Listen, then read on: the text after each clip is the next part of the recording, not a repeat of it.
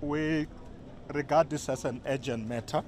As you know, that Parliament will sit on the 6th. So it was important that the NEC is not left behind. But the NEC in its wisdom decided that they want the matter to be processed first by the officials, then NWC, and brought back to them. They do understand the agency, so that's why we are saying before the 6th.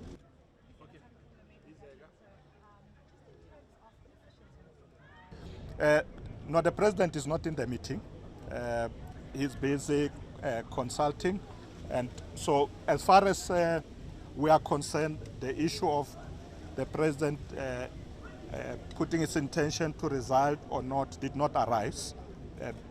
It's only now that the officials are going to be meeting with him, probably by tomorrow, if he's back from Cape Town.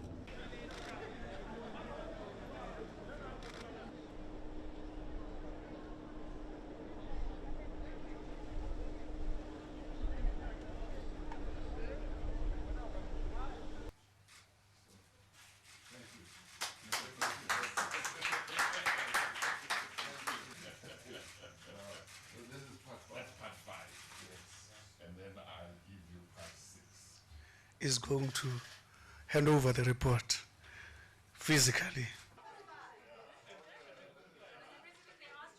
I think the evidence seems to be overwhelming without pronouncing before all of the evidence is in front of us.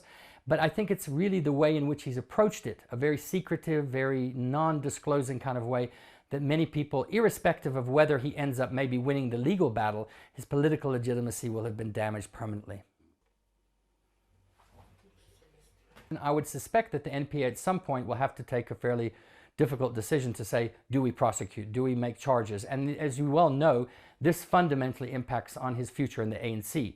Because once charges are done, according to the ANC's policy, you have to step down, irrespective of whether you're guilty or not. So that's going to be a very crucial development in the coming weeks before the ANC, well, the 2 or 3 weeks before the ANC Congress, is whether the NPA will act. My sense is that they don't have enough at this stage to make a strong case. All right,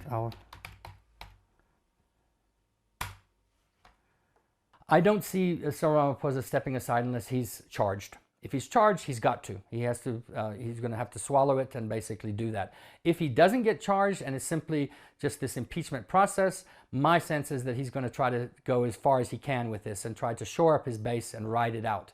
I might be wrong, but I think politicians, their first instinct is survival.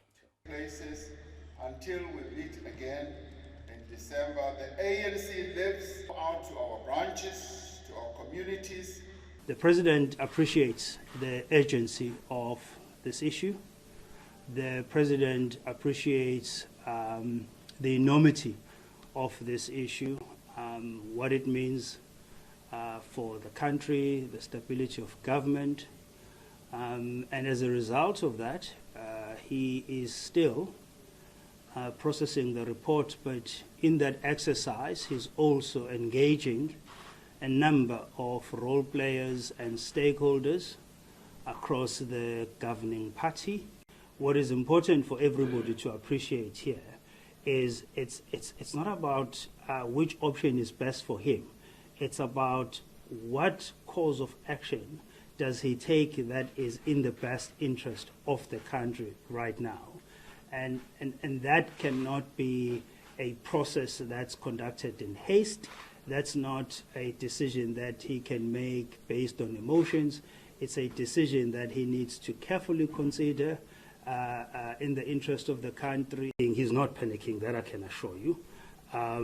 It's not about the fact that he lacks confidence in his own caucus. But as I said, and I'm going to run the risk of over-repeating myself, it's about, appropriately processing the report, getting the benefit of different views, views which are being expressed in the interest of the country.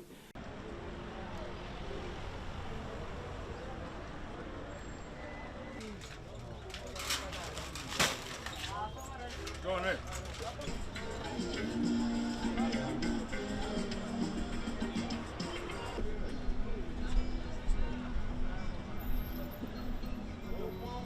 How can a person of his stature in his position be in a sum of money. And I feel like for me, he hasn't brought any change, you know. I feel like for me, we've been like in a downward spiral. From the 10 of which he took from, and his 10, I feel like we're going down because we're facing, there's load shedding, there's high levels of unemployment, the GBV rate has gone up, you know. I feel like people now are losing jobs. He has his own money that No, I don't think you should resign. Business ya hae ya phala le bo presidency a ke tse gore di hlakana ko kae nna so far ke bona a le president e le sharp the way a re tshwereng ka teng the time re experience coronavirus the 350 yeah I think Nanje he's been trying his best.